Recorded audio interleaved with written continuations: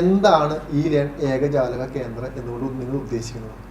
അതായത് ഒരു സ്റ്റക്കായിട്ട് നിൽക്കുന്ന ഒരു സ്റ്റുഡൻറ്റ്, അവരുടെ ഒരു പ്രശ്നം, ആ പ്രശ്നങ്ങളുടെ പരിഹരിച്ചു കൊടുക്കലാണ് ഈ ഏകജാലക കേന്ദ്രത്തിലൂടെ നടപ്പിലാക്കുന്നത്. എന്തിന് സ്റ്റക്കായി നിൽക്കുന്ന കരിയറുമായിട്ട്, അതായത് കരിയർ തിരഞ്ഞെടുക്കാൻ, അതായത് എഡ്യൂക്കേഷൻ റിലേറ്റഡ് ആയിട്ട് ഏത് കാര്യം, 10ാം ക്ലാസ്സുകാരുടെ ആണെന്നുണ്ടെങ്കിൽ +2 തിരഞ്ഞെടുക്കാൻ ഏത് സ്ട്രീം തിരഞ്ഞെടുക്കുക എന്നുള്ളതിൻ്റെ ഒരു സ്റ്റക്ക്.